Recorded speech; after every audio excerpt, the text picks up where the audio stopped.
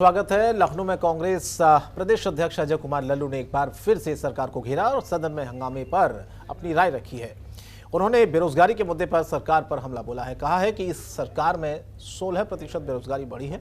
इसके साथ ही उन्होंने ये भी कहा कि 2016 से 2019 में निकली 24 भर्तियों में 22 भर्ती अटकी पड़ी है। सरकार मात्र अब तक 4 लाख रोजगार दे पाई है।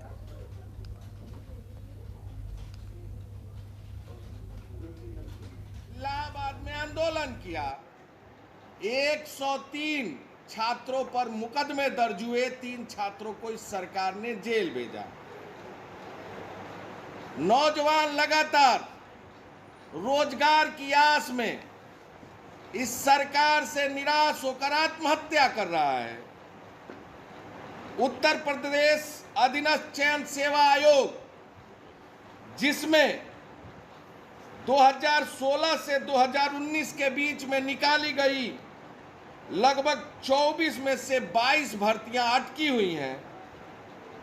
जहां 2016 में 11 भर्तियां आई, एक के अलावा सभी लंबित पड़े हैं। और उत्तर प्रदेश में बीते 32 सालों से सत्ता से बाहर रहने वाली कांग्रेस 2022 में लगातार अपना जनाधार उत्तर प्रदेश में खोजने की कोशिश कर रही है। जोर आजमाइश की पूरी तैयारी कांग्रेस पार्टी उत्तर प्रदेश में कर रही है। आपको बताएं कि अजय कुमार लल्लू के नेतृत्व में कांग्रेस उत्तर प्रदेश की योगी सरकार के खिलाफ लगातार आंदोलनरत है।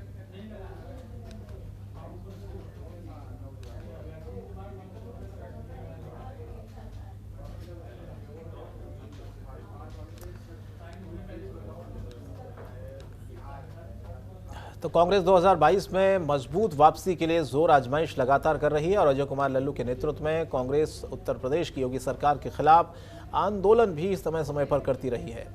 और दूसरी ओर पार्टी अपने संगठन को भी मजबूत करने में जुटी हुई है। इसी को लेकर लखनऊ में आज कांग्रेस एमएलसी दीपक सिंह ने निषाद के पक्ष में कांग्रेसी यात्रा के बारे में अपनी जानकारी साझा की है।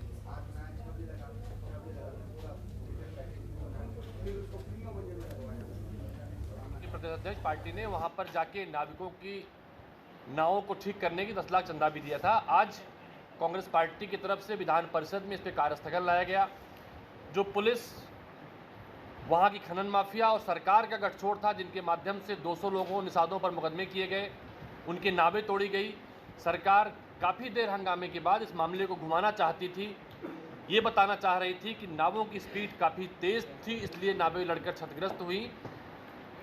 काफ़ी चर्चा के बाद जो सबसे महत्वपूर्ण बात है, सरकार की बातों को नकारते हुए पीठ ने इस पूरे प्रकरण में पुलिस की भूमिका के जांच के आदेश दिए कि पुलिस की भूमिका कैसी रही, नावें क्यों तोड़ी गईं।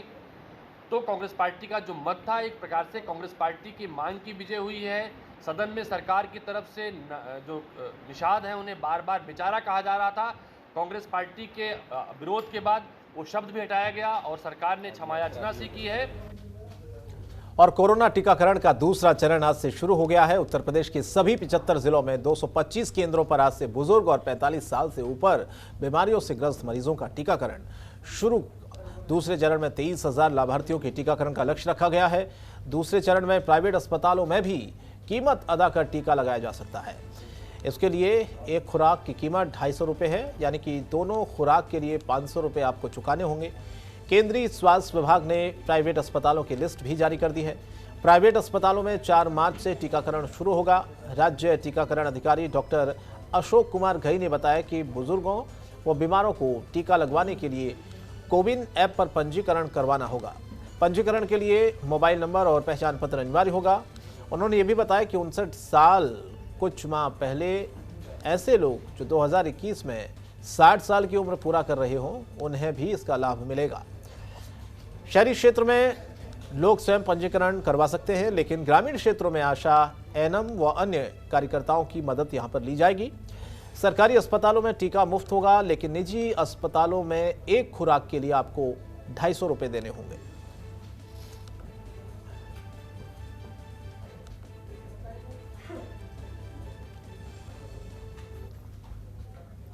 और यूपी एसटीएफ ने अयोध्या से नेपाल के एक संदिग्ध व्यक्ति को गिरफ्तार किया है और वह व्हाट्सएप कॉल के जरिए पाकिस्तान, इजिप्ट, सऊदी अरब और सूडान में बात कर रहा था। युवक की पहचान सलीम खान के रूप में हुई है। उसके पास से 3 फर्जी आईडी भी बरामद हुई है। वो नेपाल के लछनपुर बाके का रहने वाला है। युवक पाकिस्तान के कई संदिग्ध नंबरों पर व्हाट्सएप से चैट किया करता था। मामले की जांच की जा रही है। अभी तक वो अयोध्या में ही रह रहा था।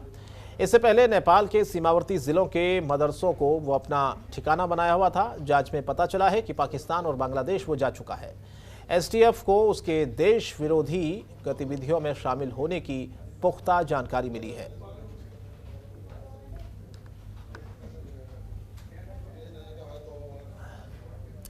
और मथुरा के छाता तहसील में आज किसान आंदोलन के समर्थन में गांव उमराया के किसान आए। किसानों ने करीब 3 एकड़ गेहूं की खड़ी फसल ट्रैक्टर से जोतकर अपना विरोध जताया। महंगाई पर नियंत्रण, कृषि कानूनों को वापस लेने की मांग की है। आपको बताएं कि आज उमराया गांव के किसानों ने अपनी 3 एकड़ गेहूं की फसल पर ट्रैक्टर चलाकर कृषि बिल के खिलाफ अपना विरोध प्रदर्शन किया है। किसानों ने कहा है कि दिल्ली के गाजीपुर बॉर्डर पर किसान कृषि कानून के विरोध में धरने पर बैठे हुए हैं, लेकिन सरकार किसानों की सुध नहीं ले रही है। क्या चाहते हैं ये तो सरकार को भी पता है और सबको भी पता है। उसी दिन से अनशन चल रहा है हमारा, किसानों की भी चल रहा है। कोई सुनवाई तो कोई है ही नहीं और ना हमें कोई रेट मिल रहा। खाद, डीजल, हर सौदा इतना महंगा, किसान का कोई माल रेट मिल जाए तो भी किसान को संतुष्टि हो जाए। हम दुखी है अब हम दुखी होकर या तो फसल जोतने भूखे मरे, कम से कम प्राण चले जाएं, कोई दिक्कत नहीं है हमारी। और क्या मांगे हैं आपकी? हमारी मांग यही है कि हमें जो डीजल है, पेट्रोल है, खाद है, ये तो खाद तो किसान का मुख्य से जो 50 किलो का बोरा हम तो अब ये 45 किलो का होगा, रेट और बढ़ गया। कहाँ तक किसान सहन करे। मामला ये है जी, मतलब सरकार कोई सुनाई ना कर रही। किसान काफ़ी दिनों से मतलब विरोध कर रहा है, यहाँ के बारे में आंदोलन कर रहा है। किसान मतलब यहाँ में कोई सुनवाई ना कर रही क्या तरीका से। और सब फसल ये सब सौदा महंगा है रहा है, डीजल महंगा है गो, खाद महंगी है गई। और खादों मतलब 5 किलो तो यूरिया को कट्टा घटा दियो और रेट बढ़ा दिए, डीजल बढ़ा दियो, 82 कर दियो और दिन वही बढ़ रहा डीजल। अब कछु बच रहा इतना खेती में काकरे विरोध कर रहे हैं। हम तो फसल जोत रहे हैं, सब ये ठाड़ी है। आप ही ऐसे किसान हैं या और भी किसान हैं जिन्होंने ये मन बनाया है कि हम ऐसा ही करें? काफी किसान है ये, मतलब ये कि सब जोतेंगे ही, काकरेंगे या फसल है कोई बर्बाद कर रहे हैं सब है। उत्तर प्रदेश की खबरों में इतना ही। जनतंत्र टीवी पर खबरें जारी रहेंगी। नमस्कार। खबरों के निष्पक्ष विश्लेषण के लिए सब्सक्राइब करें Jantantra TV and press the bell icon. Never miss any update.